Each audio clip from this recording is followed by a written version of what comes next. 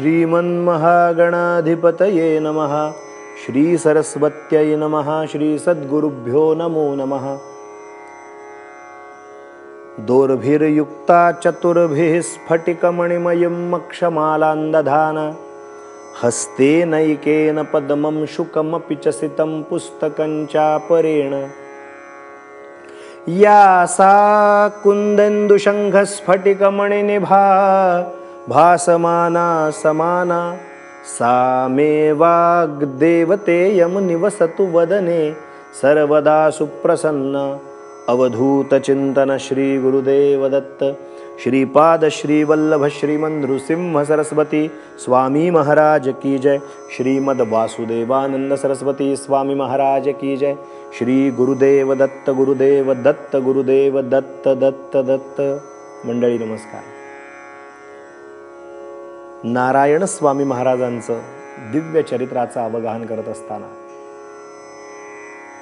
17व्या शतकातल्या 1380 ते या 19व्या शतकापर्यंत दत्तभक्ती कशी रूढ झाली हे या माध्यमातून पाहत असताना, वेगवेगळ्या दिव्य अशा सत्पुरुषांच्या चरित्राचं अवगाहन करत असताना, या 500 वर्षात 500-600 वर्षात एक एक कसे कसे हिमालयाच्या उंचीचे हे महान दत्तभक्त होऊन गेले, ज्यांनी दत्त संप्रदाय स्वतः खेड्यापाड्यामध्ये रुजवला, त्यांचं चरित्राचं एकेकाचं दिव्य दिव्य असं चरित्र अवगाहन करताना दुर्गमानच्या किल्ल्यावरती त्या गडावरती तो भाग सगळा पूर्ण झाल्यानंतर, कथानकाचा भाग पूर्ण झाल्यानंतर वरतून पुन्हा खाली आले तो डोंगर उतरून आणि तारळ्याला पुन्हा आपल्या पूर्वाश्रमीच्या श्वशुरांच्याकडे पोहोचले।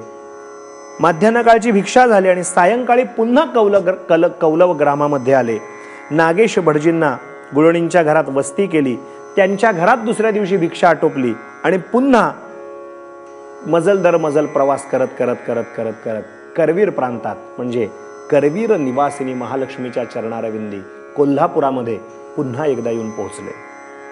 आता फार सुंदर वर्णन करून ठेवलंय की व्याघ्राची पीडा जाणून ती दूर होण्याकरता कळवळ्याने नारायण स्वामींनी आज्ञा देऊन ज्याप्रमाणे वाघाला आनंदित आणि कल्याण करण्याचं काम उभय देवतांनी केलं, त्याप्रमाणे संसार महाव्याघ्रानं पीडित असणाऱ्या या व्याघ्राप्रमाणे हिंसा प्रचुर असणाऱ्या आम्हावरही कृपा करावी अशी प्रार्थना जणू नारायण स्वामींच्या चरणारविंदी आपण का बरं न करावी।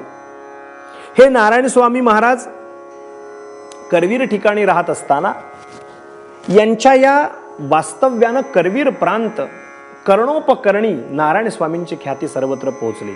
ज्याच्या त्याच्या मुखामध्ये 250-300 वर्षापूर्वीच्या या महापुरुषाच्या बद्दल चर्चा सर्वत्र होऊ लागली। म्हणजे यांच्या दर्शनार्थ येणाऱ्या भक्तांच्या यादीत सामान्यापासून असामान्यापर्यंत सर्व यायचे, यतींपासून राजांपर्यंत सर्व यायचे।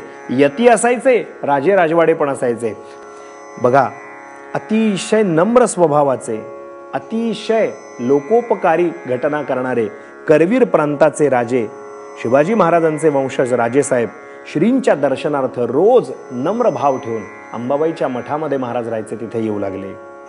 नृसिंह सरस्वती स्वामी महाराजांच्याकडनं दीक्षा मिळालेले साक्षात अधिकारी स्वरूप असलेले हे नारायण स्वामी यांचे चरण कोल्हापुरात आहेत आणि हे इथे वास्तव्याला आहेत, याचा राजांना इतका आनंद व्हायचा की राजांच्या वरती कृपानुग्रह नारायण स्वामींचा झाला।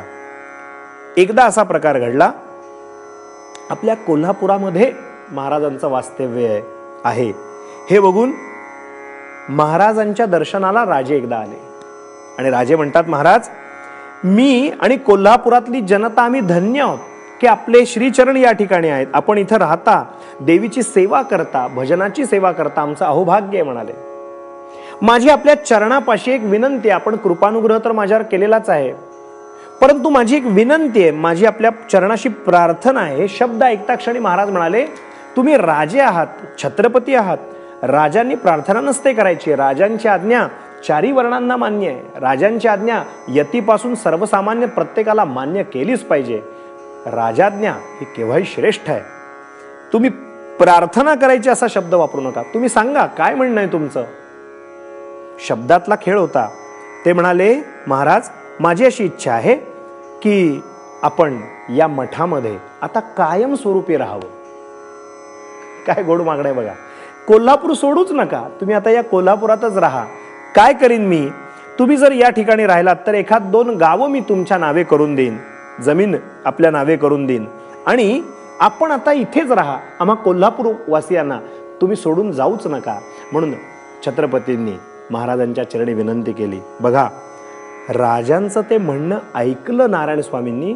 जर आजच्या काळातले कोणी असते ना महाराज तर लगेच लुब्ध झाले असते, पण ते नारायण स्वामी दत्तकृपेनं धन्यता प्राप्त केलेलं जीवन. असं मुखातनं शब्द आले, अहो महाराज तुम्ही म्हणताय बरोबर आहे, पण आयुष्याची दगडमाती का करून घ्यायची आहे? काय शब्द आले, आयुष्याची दगडमाती का करून घ्यायची आहे? दगडमातीचे मठ बांधून त्या मठामध्ये राहून मठस्थ जीवन जगताना मठ्ठ होऊन राहण्यापेक्षा दत्त महाराजांच्या कृपेनं आम्ही परमहंस माणसं, आज इथे उद्या तिथे परवा तिथे असे दत्त नामाचं स्मरण करत करत फिरणारी माणसं, आम्हाला काय करायचंय? हे मठ नको, जमिनी नको, वाडा नको, काही नको. चालून आलेलं जे काही होतं, आलेलं जे आमंत्रण होतं की इथं राहा, ते महाराजांनी नाकारलं. राजांचं मन काही कारणासाठी खटू झालं होतं, पण त्यांची नंतर जो समज होता, जी समजूत होती, ते काढण्याचं काम नारायण स्वामींनी यथायोग्य केलं. तुम्ही आमच्याकडे दर्शनाला नाही आलात तरी चालेल म्हणून सांगितलं, पण पुन्हा विनंती केल्यानंतर लांबून कोनाड्यातनं दर्शन घ्या म्हणून सांगितलं. महाराज जिथे राहत होते तो एक कोनाडा, छत्रपती येऊन नमस्कार करायचे तो कोनाडा पूर्वी मठ असताना होता. आताच्या बांधकामाच्या व्यवहारामध्ये मंदिराचे जी स्थित्यंतर कालानुरूप घडत असतात, 300 वर्षापूर्वीची गोष्ट सांगतोय ही, यामध्ये अनेक बदल घडत गेले. आता सध्या काही तो मठ आपल्याला पाहायला मिळत नाही.